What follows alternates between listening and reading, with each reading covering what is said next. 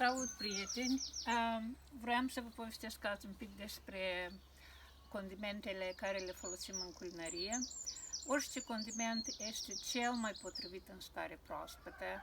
Asta dacă aveți acces la condimente proaspete, de obicei noi le mai folosim și în stare uscată sau congelată. Probabil că ați auzit de bouquet garni. Bouquet garni este într-adevăr un buchetel care este alcătuit din cimbru, pătrunjel și frunze de dafen. Apropo, dafnul acum înflorește și este foarte simpatic. De obicei aceste legăturile se leagă chiar așa cu frunze de praz, de exemplu, sau coață și se lasă în eu știu, castronul dumneavoastră cu supă sau cu sosuri, cu tocane pentru a conferi o aromă extraordinară. Alt buchet de condimente proaspete, herbs de Provence, mă rog, se mai traduc ierburi de țară, da? De fapt, acolo intră cam tot ce aveți, dar rețeta clasică conține pătrunjel, rozmarin.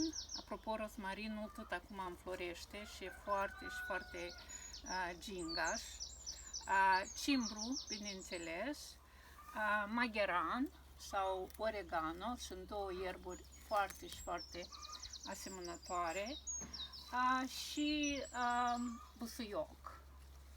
Da? Deci, de obicei, aceste ierburi se vând împreună, în stare tocată, sau dacă le aveți proaspete, le tocați măruncel și le folosiți iarăși în legume sau cu cărnurile preferate sau în supe și sosuri.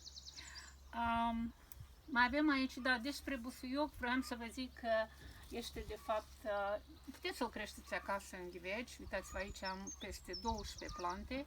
Cel mai bine să-l folosiți proaspăt, nu gătiți deloc, dar îl puneți deja când ați servit fie salata sau supa sau sosul de tomate, îl tocați ușor și îl folosiți ca eu știu, o aromă extraordinar de proaspătă la bucatele dumneavoastră. Despre mintă vroiam să vă zic, bineînțeles că toți știm despre ceaiurile de mintă, dar în culinărie, în bucătărie, încercați să folosiți minta rece cu un iaurt și fructe sau încercați să o puneți într-o salată de legume cu brânză feta, brânză de oi și mintă. La englez se pregătește un sos de mintă cu mintă, sare, zahăr, oțet și un pic de apă fierbinte și el se servește la carne de miel, anume în ziua de Paște. Și încă trebuia să vă mai povestesc despre taragon. Taragonul este o iarbă mai puțin cunoscută în Moldova, este și asta una multianuală și face și parte de fapt din setul de ierburi provençale, ierburi de